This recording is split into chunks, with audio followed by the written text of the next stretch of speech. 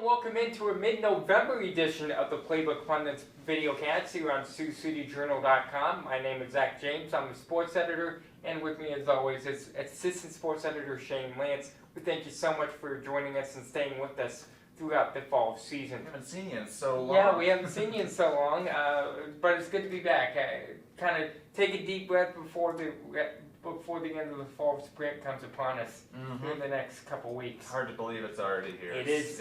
Basically, Halloween is past, the World Series is over, and it is state football. And volleyball and cross country seasons are already over. Oh, so, yeah. On the Nebraska and Iowa side, South Dakota still has that's right. Something to say about that. We're still going with South Dakota. Yes. Coming up in this week's show, we are going to talk some state football as well as some Dakota Valley volleyball and kind of recap what's been going on over the last few days or so. But we want to start on a somber note and talk about the passing of Terry Hersom, longtime Sioux City Journal sports editor who died of a massive heart attack last week at the age of 71. His visitation is Monday night if you're watching this right away online, or Tuesday morning at 10:30. More info is online and in Sunday's paper as well. Shane, you and I never got to meet Terry in person. You were Facebook friends with him, and I corresponded with Terry back and forth on email every once in a while, especially when he wrote columns. What's your first when I mention the name Terry Hersom, what comes to mind? Well, like you said, I never actually got to meet him in person, but he left a huge legacy just on this area. Yeah. I mean, I talked to several sports figures in the area. He was our sports editor for 38 years, which you can't help but have an impact on. Older than both of us. Yeah, I'm only 28, so he retired, 5 years ago? He was around for way more than I've been on this planet, but I did know just the impressions that people had of Terry. I mean, he could be a bit of a curmudgeon at times, but in a very loving way. When I was out covering the Explorers, he had a front row seat. He was, I think, a season ticket holder this past season. I'd always see him down there with his wife down in his seat, and occasionally he would text the PA announcer, the official scorer, to complain about an official score or something. But yeah, they all seem to really love Terry, and just a familiar figure out there that went from covering that team for all those years, and he got to be a fan last season. And it seemed like the Explorers was his first love. He loved all sports, high school, college, and especially the minor league and pro style, but I think the Explorers was his first love, and I think the Explorers should honor him by either the ideas we talked about off camera. I think making that seat, putting a seat back with his name on it, maybe even Barry Post saying put a statue outside Lewis and Clark Park of him. Many ideas. I think they should name the press box after him. Just many ways that the Explorers and Northwest Iowa can honor him. Yeah, I mean, like we said, he was a big figure, and yeah, baseball seemed to be his biggest love sports-wise, at least in this area. I know he was also a huge track and field guy, covered the Iowa State basketball tournament for 40-something years. So, yeah, he really had a huge impact, and I do think that next summer they should do something to kind of immortalize him there. And it was very touching for the Iowa High School Girls Athletic Union to honor Terry last week at the state volleyball tournament by reserving his usual seat in the media room at the Alliant Energy Powerhouse in Cedar Rapids. And I saw the photo that Jeff Leonard put up. Obviously, our visuals editor, Tim Hines, also posted a photo of his as well. And it was just a touching gesture by the Girls Union. Yeah, and that's now my Twitter background photo, has been for the past week or so, just kind of an honor for Terry. But yeah, he definitely had a huge impact and will definitely be missed in this area. He will be missed. He certainly will be missed, and we'll try and do as good of a job as he and his staff It's a tall did. task. It's a tall task, but we're going to do our best, doing the best that he did. And he's liked his football as well, and that's your main assignment for the week. Is the Iowa High School football tournament. The state semifinals are this week as they begin Wednesday with the Class 8 player semifinals. Remsen St. Mary's is part of that Final Four in the 8-player field. They'll take on Easton Valley, a Hawks school. versus Hawks. Yes, Hawks versus Hawks. Easton Valley was a school I used to cover when I was at the Clinton Herald. Very nice community among Preston and Miles, but from what I've heard, Easton Valley is a pass-heavy team. But I think the Remsen defense, I was going to say Hawks, but we need to differentiate schools here. Make it difficult for my story coming up, too. Right. I think the Hawks defense can pick up on their pass offense. I thought they did a good job of that in the fourth quarter against Don Bosco on Thursday night. I think they can repeat that on Wednesday. Yeah, I mean, from what I have on both Hawks, I mean, like you mentioned, I'll start with Remsen. I mean, their biggest playmaker is obviously quarterback Cale Ortman. He has over 1,100 rushing yards with 29 touchdowns, over 1,400 passing yards with 28 touchdowns. And his 29 rushing touchdowns are 8th overall in Iowa amongst quarterbacks. And he is 5th in 8-man in total rushing touchdowns.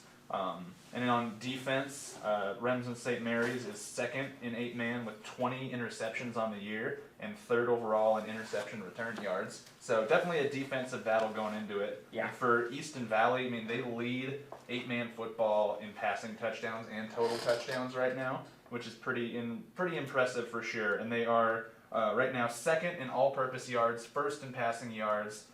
They're 1st in total tackles on defense, 4th overall in sacks, 1st in tackles for loss. So it's just strength against strength in pretty much everything right now. Yes, and it will be that knockout, drag-out game that you don't normally see in 8-man, because last year when Remsen was in the semifinals, he scored 108 points in the semifinal game last year. Oh, yeah. Our photographer for Lee Enterprises this week, Chris Solar, he got to cover that game, and he said he thought it would never end. And it basically didn't. I think it was a 3.5-hour game, I think, between Remsen and Montezuma, with Remsen finally coming out on top and obviously going on to win the 8-player title. Can they do that again?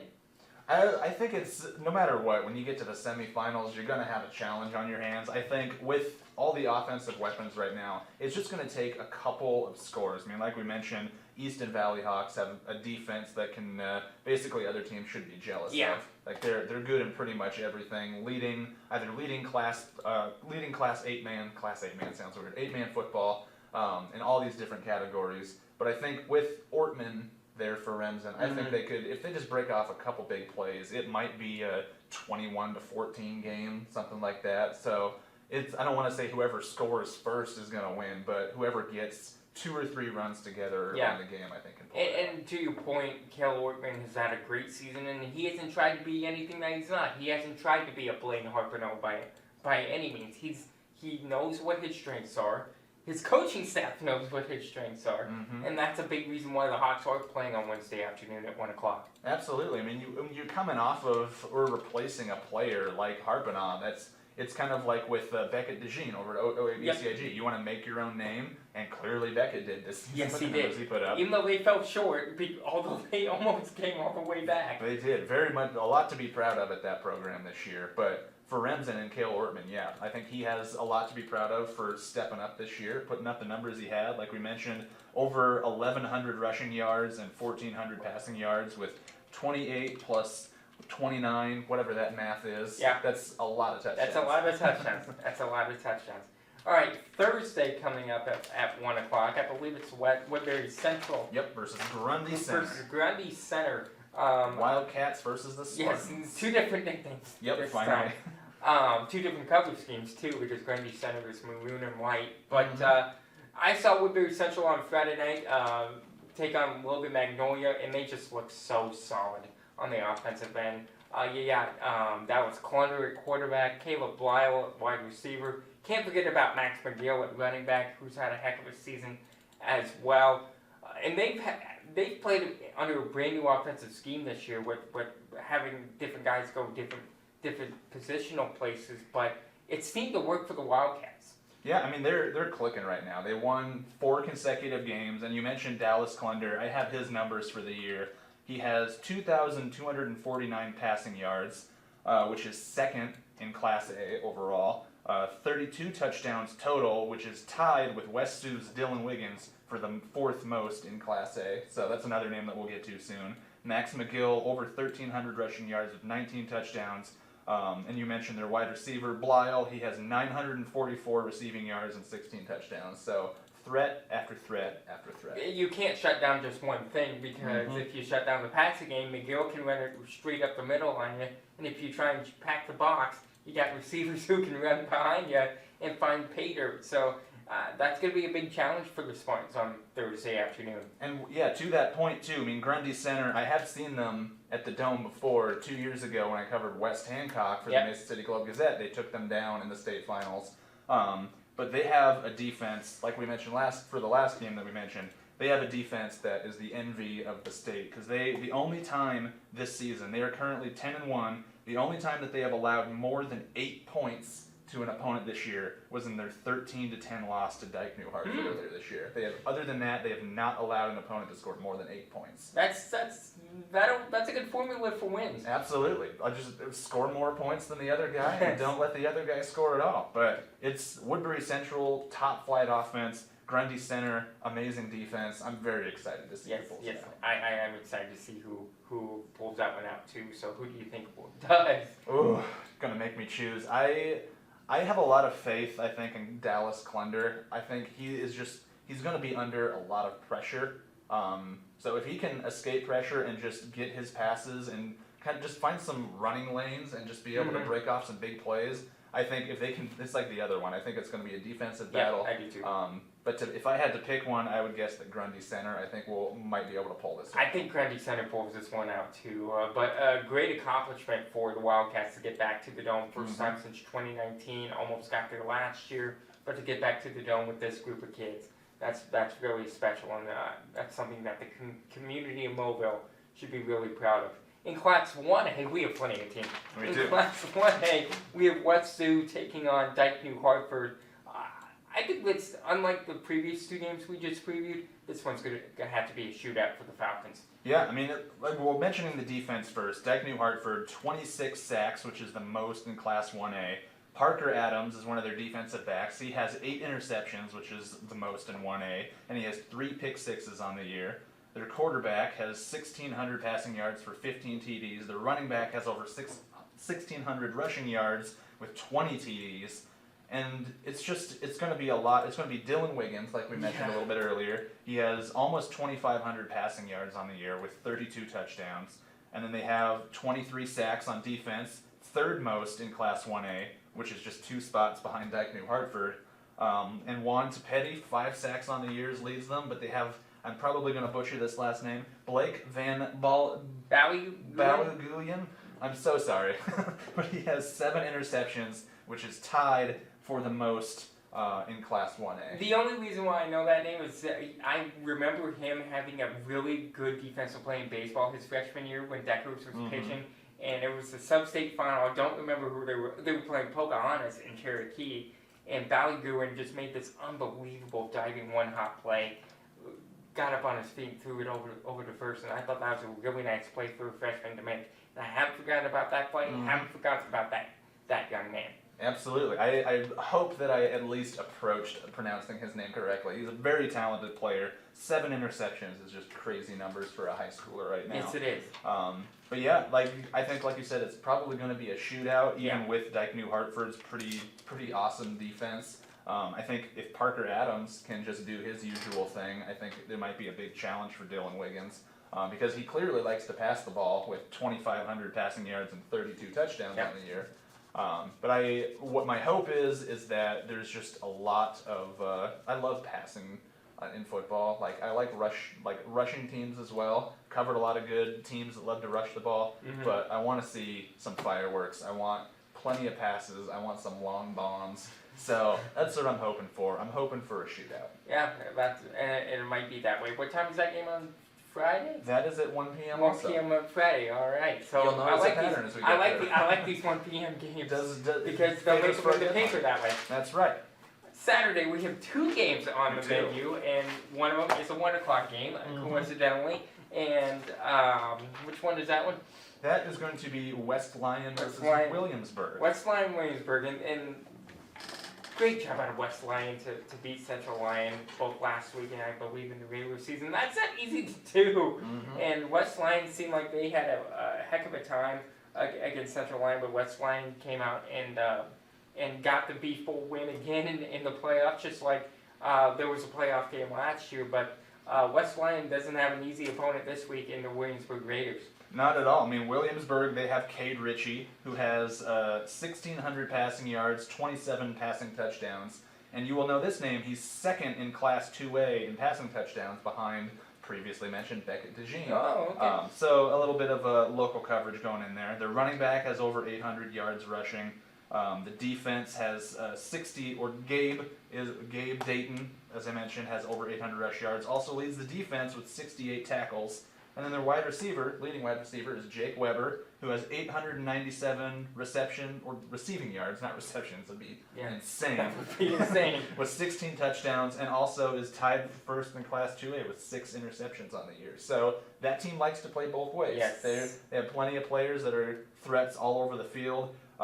But you do have Jackson Meyer for West Lyon. Yes. And what you could say about West Lyon is that they are definitely a rushing team. Yes, they are. Because on the season, I did the math, they have 591 passing yards total. Okay. And rush yards, 2,847 rushing yards. I think in their game last week, in their round of 16 game last week, I remember hearing that they ran like 2 passing plays all night. That sounds like West Hancock. And 50 plays, and only 2 of them were passing. So yeah, they like to establish that trench and ground and pound, and Williamsburg's going to have to answer for that. But Coach Ritchie, hi by the way if you're watching this, they're perennial. The teams that Coach Ritchie has coached in the past at Williamsburg and at past places he's coached back home, he knows how to establish those trenches with his kids. He likes to pack the box. He uses his big boys, and he wants those big boys to stop any attack, and I think that's what Williamsburg has to do to stop the Wildcats. Yeah, I mean, they have 3 rushers with over 500 yards on their team. They have Meyer, who has 790 rushing yards. Jude Moser has 561.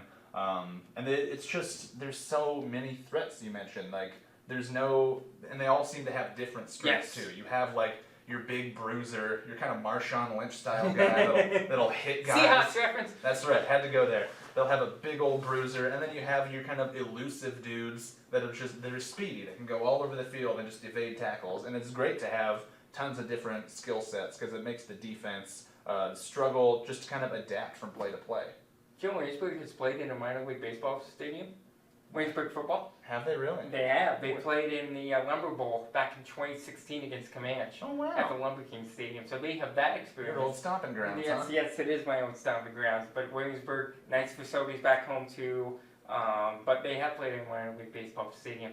And maybe the X's should look into something like that. Absolutely, that'd be fun. I think that would be fun. But yeah, that one will be a very good game as well between West Lyon and Williamsburg. One more game to talk about on the Irish side, and that's Boyden Hull Rock Valley. They beat Sergeant Bluff Luton last week on Friday, and now on coming up here on Friday, they don't have Harlan, but they do have a very tough perennial Solon Spartans team. Yeah, I mean, as I mentioned in my story from this past Friday night, all 4 teams left in 3A are undefeated right now. And with Solon, they beat West Delaware by 4 points, so they eked it out on Friday night. They lead Class 3A in sacks and tackles for loss on defense. Their quarterback is Blake Timmons. He has 893 rushing yards to his name and over 1,400 passing yards. So he's able to do both. Get you a quarterback that can do both. Yes. And on defense, Brett White, 87 tackles, which is 4th most in Class 3A. And they have Sean Stahl, over 1,100 rushing yards with 17 touchdowns. So plenty of playmakers on that side. But for Boyden Hull, obviously you've got Tanner Tesla, but I got to watch in person for the first time this past Friday, and he just ate Sergeant Bluff Luton up, just carved up the defense.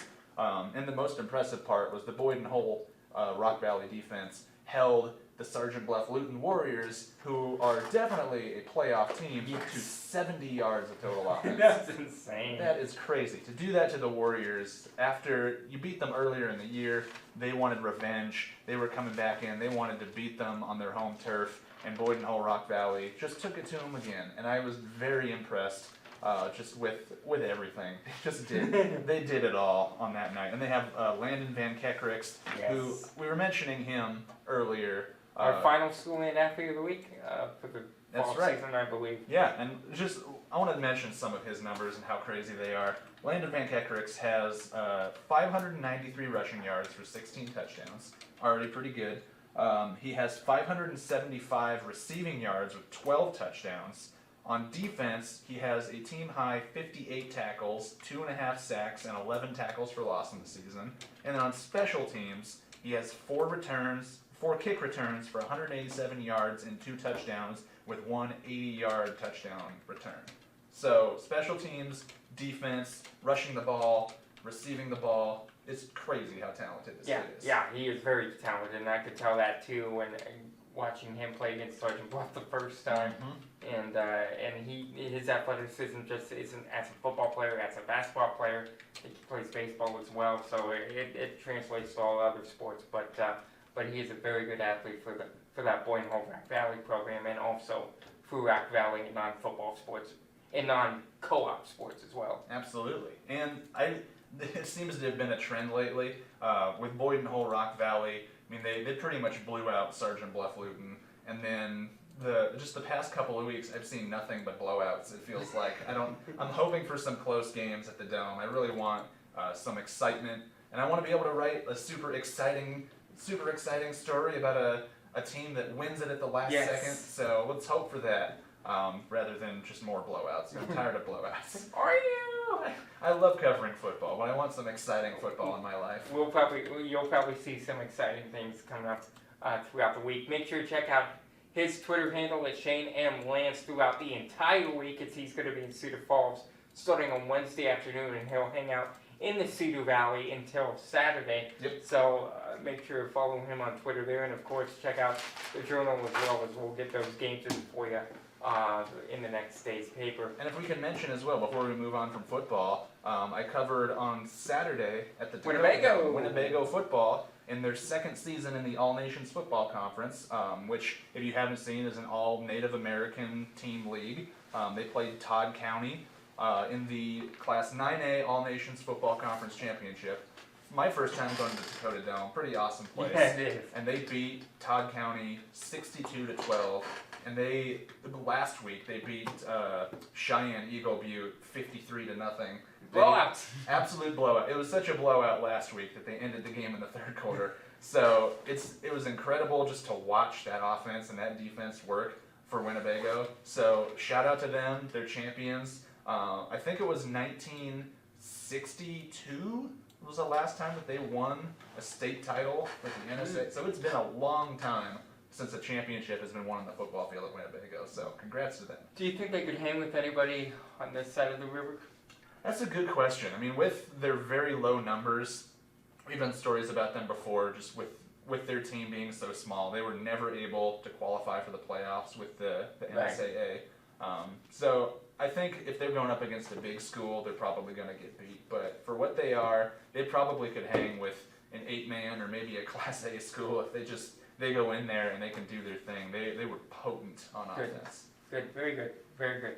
Now let's move on to volleyball for a couple minutes. So we had a couple teams out at the state volleyball tournament over the week, including one in the state title match, Western Christian taking on Dyke New Hartford. And folks, if you haven't seen Dyke New Hartford volleyball play, I urge you to go to the other side of the state and watch them, because they made Western Christian look like a very formidable team, and Western Christian is far from formidable. They are a very strong team, a very strong program, but Dyke New Hartford took it to the Wolfpack on Thursday. Yeah, what was it? 53-1 was their overall record, and the only loss was like a 2-set. Iowa City Liberty. Yeah, it was like a tournament, so it was was a only tournament. it was So like it was a 2-0. Yep, it was a 2-set sweep, and that was the last time Dyke New Hartford had lost a set at all. Yeah, which, just imagine, if you're not super familiar with high school volleyball, it is hard to sweep a decent team. Yes. They swept everybody. Even at state. Yeah. And that was a pretty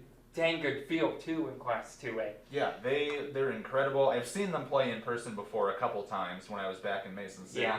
And even back then they were pretty strong. They've had big, deep state runs for several years, and they've been a talented team. But this year, whatever magic they had or whatever team they had in place just clicked together, and it was a sight to behold. But congratulations to the Wolfpack for being the state runner-up. No shame in that, and they'll probably make a deep run again next year. A team who will probably make another deep run this year, you've seen them, Dakota Valley, as they'll play in the SODAC 16 on Tuesday night, 5 o'clock first serve, against Lakota Tech in Beersford.